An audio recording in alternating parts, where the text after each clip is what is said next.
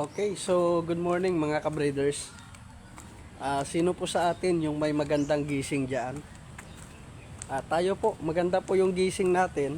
Ngayon po ay walking po tayo. Maganda po yung gising natin dahil nakakatulog po tayo ng mahimbing. Dahil alam po natin na wala po tayong mga customer na napiperwisyo. Good morning. At napapaniwala ng mga maling impormasyon. So kailangan po paganahin po natin yung ating mga critical thinking na kung saan ay mas malaling mag-isip, naghahanap ng ebidensya para patunayan yung ating binabatong issue bago tayo maniwala. So pag-isipan nyo po mga kabreeder. Yan ito. Meron po akong tatlong ilalatag sa inyo.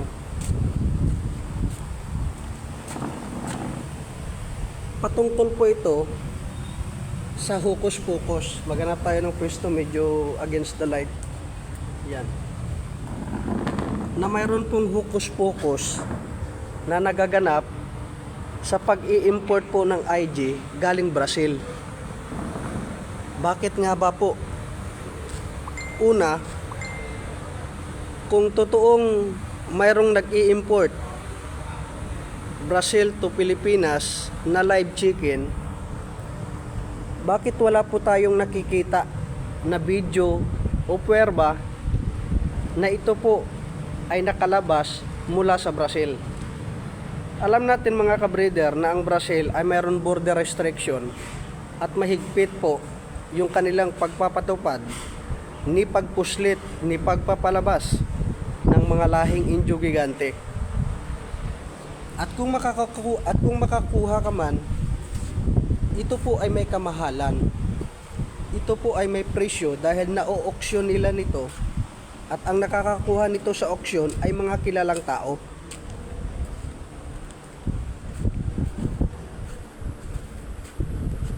So ngayon, saan ang galing yung mga naa-out at nakukuha ng mga customer na Indio gigante?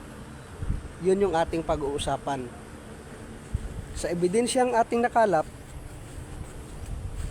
ito po yung ating napuna. Una, medyo against the light dito tayo.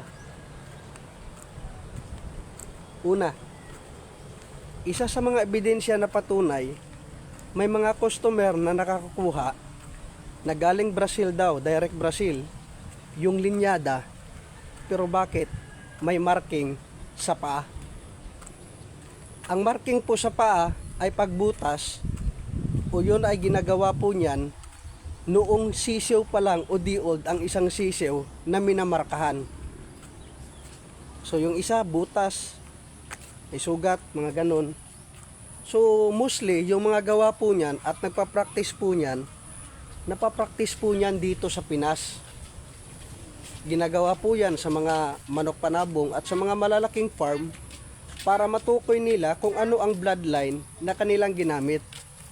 Ngayon kung direct import ito galing kay Gerald Martin, sa kanyang previous video, hindi po siya nagbubutas ng sisiw sa paa at walang butas ang kanyang manok sa paa na pinapa-out, na pinapakita sa atin na naka-live po siya doon. Unong na-post niya po yung video. So, ngayon mapag-iisipan mo kung sisiw pa lang ang pagpapractice ng pagbubutas at pagmamarking nito, ibig sabihin yung sisiw na pinapalaki ay dito mismo nahat sa Pinas. Yung nakukuha at nai-import ng nga lang na galing Brazil, yun po ay mga itlog, tapos dito na po pinapahat sa Pinas. Anong problema? Malaking problema po yan mga kabreeder. Una, wala po palang selection process na mangyayari dahil patsambahan na lang.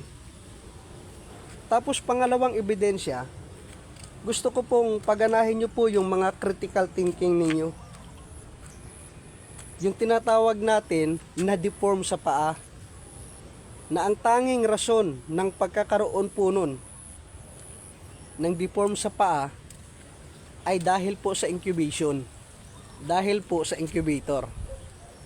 So malamang yung mga naaangkat galing Brazil ay itlog lang, hindi live chicken. Ngayon kahit sa latest interview or doon sa post previously, nabanggit po ng Indio Gigante Tropical na kailangan nila without border restriction dahil mahigpit talagang pinagbabawal ang magpapalabas ng offspring ni ng kanilang mga breeder na walang permiso at walang permit. So ngayon, paano ito nakakaapekto sa mga customer dito sa Pinas? Ibig sabihin, maaaring pwedeng gamitin ang mga breeder doon sa Brazil para mapa-out at maibenta sa mahal na halaga ang local breed na dito na po naging island born. Tapos ito pa, maiilang tao na nag-message sa akin na nahihiya lang at nag-aantay lang ng tamang panahon na kung saan ay lalabas din po ang katotohanan. Mayroong nakakuha ng rakodo, pero yung itsura niya, kung susuriin nyo, parang isang IG tradisyonal. Dahil yung kanyang pamitay ay mula dito pababa sa kanyang chin. Dahil yung IG rakodo, yung kanyang pamitay mula beak niya, mula tuktok, papunta po sa kanyang chin. Very alarming po yan. Aabangan natin yung kanyang paglaki. Nawa ay magmilagro at magkaroon ng pamitay. I-update ko po kayo. Tututukan natin yan. Kung totoong walang hokus-pokus na nagaganap sa pag-i-import mula Brazil papuntang Pinas. Dahil dinidiscredit nila na yung RRE line ay hindi totoong linyada at hindi galing Brazil. Ngayon ito yung trivia.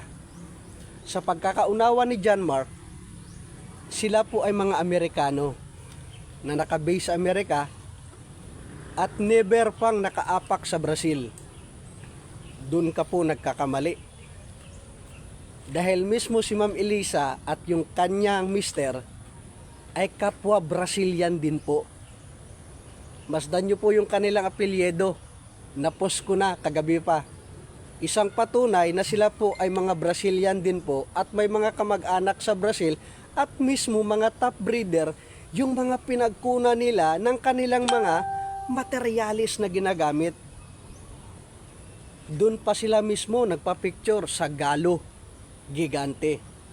Bakit hindi puntahan ni Japet Farm at patunayan niya at ipakita na yung linyada ng RRA na ngayon ay sa pamamahala na ni Sir Azul ay hindi totoo at hindi lehitimo na nakakuha ng Indio Gigante galing Brazil. So yan lamang po. Sana po ay pag-isipan po natin, paganahin po natin yung ating critical thinking na hindi po tayo nag-a-accuse dito na walang ebidensya. Hindi lang po yan. Alam ni Sir Japet kung anong tinutukoy ko sa linyadang kanyang pina-out at ibinenta sa mahal na halaga yung tinatawag na Diablo. Maaari kong ipakita sa inyo pero sa takdang panahon. Tutukuyin natin kung ano nga ba yung baseline na ginamit dahil ayon po doon at ayon po sa ebidensya ang ating pinanghahawakan, hindi po yun galing Vietnam at hindi po yun warrior type. Napakaraming ebidensya tayong hawak na magpapatunay na mayroong hokus-pokus na nagaganap sa pag-i-import. Hindi po ito pagiging pag-iimbot, hindi po ito pagsira sa isang breeder. Ang tanging gusto lang natin ay katotohanan.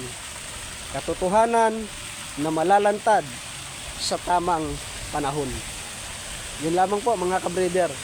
Pag-isipan nyo po.